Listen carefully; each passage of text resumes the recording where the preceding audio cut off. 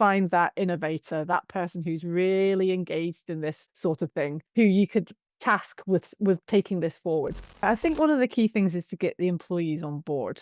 Um, I think there's a lot of the time that these decision things are made at meetings without consultation of the employees it's going to actually affect. And so my first step when I go into a workplace and do research or doing anything like this or to advise workplaces is engage with your employees. So, it doesn't take much, and any workplace could, do this, have an hour with their employees where they kind of go, okay, look, we want to do something physical activity. Um, what would help us do this? Tell me your opinion. What stops you from being active in work? What would help you be active at work? What needs to change to be active at work? And I think it's a really cheap place to start, to be honest. That's a really low cost thing that you can do. And it's important that employees are engaged for two reasons. Number one, you're going to get a list of things that you can do and implement, which are specific to your workplace, and more likely to stick than just reading the "what can I do within workplace" blogs that you kind of find. But also that the employees will likely be more engaged in that process because you've asked them. Um, After that, I would look at what they've said and look at what is feasible with the resources and the time constraints that you have, and look at then maybe what needs to be parked or is unachievable, and to feed that back to them to show you have listened. Say, we heard this, great ideas, we've got zero money. But these things we think we can do, they might not be your biggest bang for buck solutions, but we can implement them. So let's give it a go. And I think just something really simple like that is something that a lot of workplaces it could do.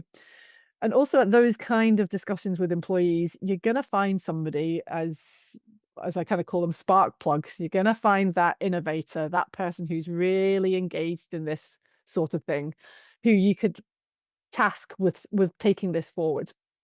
So, yeah, having a wellness lead, having somebody there who is going to champion some of the work that you're doing, somebody that the employees, if it comes from the employee base, it's not coming from management necessarily, they're more likely to relate to them and listen to them. That it's somebody like them. And I think that's a really, really key thing. And I think that's a really simple place to start when you're looking at beginning the journey of implementing more physical activity within the workplace.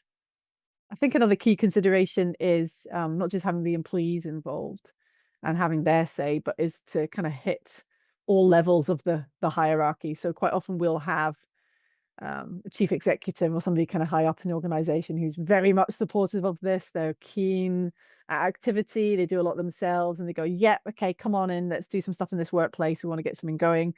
We speak to employees, and they're very motivated and keen. They manage to convince more employees to get involved. And then there's a group maybe of people in the middle of this kind of hierarchy who also need to be brought along in the process as well. So we've identified that actually speaking to middle managers and having them, people who are directly responsible for the day-to-day running of an organization, are absolutely pivotal to things working and not working. So if you find that is a barrier within any kind of group within the workplace, that's actually getting them on board is going to be essential. So providing them with training and getting their opinions. It might even be the case of, I think your workplace a lot of the time as well. When we go into workplaces, we learn about the structure very, very quickly, and we know who the key people that we need to leverage to have things, to get things to happen, or an area where they might be getting blocked. It's good to identify those and make sure that they're on board as well. So providing them with training and knowledge and information, and making sure that they are invested in the process as well, is really essential.